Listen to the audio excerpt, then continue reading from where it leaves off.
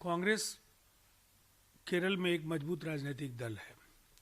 उनके नेतृत्व में वहाँ काफ़ी शक्तिशाली मोर्चा वहाँ रहा है, लेकिन जैसे जैसे कांग्रेस के दिन बुरे होते जा रहे हैं और स्थितियाँ बदलने के आसार जब नहीं दिखते हैं, पीसी चाको जैसे लोग अगर निकल रहे हैं तो निश्चित तौर पर यह माना जाना चाहिए कि आने वाला चुनाव कांग्रेस के लिए केरल में अच्छा नतीजा लेकर नहीं आ रहा है। मनोहर लाल खट्टर ने कॉन्फिडेंस मोशन जीत लिया, यह प्रत्याशित नहीं है। विपक्ष ने जो कोशिश की थी वो जल्दबाजी भरा हुआ कदम था, और जब तक आपको बहुमत का अंदाजा नहीं हो तो निश्चित तौर पर ऐसे कदम नहीं उठाए जाने चाहिए। अब 6 महीने तक तो मनोहर लाल खट्टर जी की सरकार को जो विधायी प्रावधान है उसके तहत भी उन्हें कोई कठिनाई का सामना नहीं करना पड़ेगा। ममता बनर्जी ने नॉमिनेशन भरा, लेकिन उनका ये कहना है कि नॉमिनेशन भर के जब मैं आ रही थी तो मेरे साथ धक्का-मुक्की की गई एक साजिश के तहत। कानून व्यवस्था को लेकर के जो आरोप लगते रहे हैं पश्चिम बंगाल में, उसकी पुष्टि वहाँ की मुख्यमंत्री के तौर पर ममता जी ने स्वयं कर दी है, और हालात इतने बिगड़ गए हैं कि पुलिस उनके अधीन काम कर रही है। इसके बावजूद उन पर हमला हुआ, अगर उनकी बातों में सच्चाई है तब तो निसंदेह ये पूरी तरह से पुलिस का फेलियर है, इंटेलिजेंस एजेंसीज का फेलियर है, और इसकी नैतिक जवाबदेही ममता जी को लेनी चाहिए। जिसके जिम्मे गृह विभाग है उसको हटाए जाने की कार्रवाई करनी चाहिए। अधीर रंजन चौधरी कहते हैं कि ब्राह्मण बनने का ढोंग वो बीजेपी के डर से कर रही है। अब तो पिछली बार राहुल जी ने भी किया था, जनेऊ पहन करके गुजरात में हिम्मत नहीं जुटा पाए, लेकिन देश के कई राज्यों में उन्होंने जनेऊ पहनी।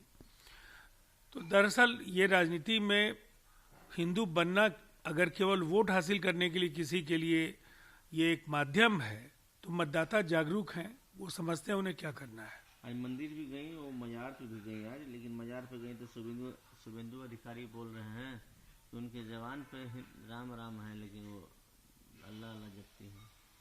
देखिए, एक राजनेता के तौर पर कोई धर्म किसी राजनीतिज्ञ का नहीं होना चाहिए।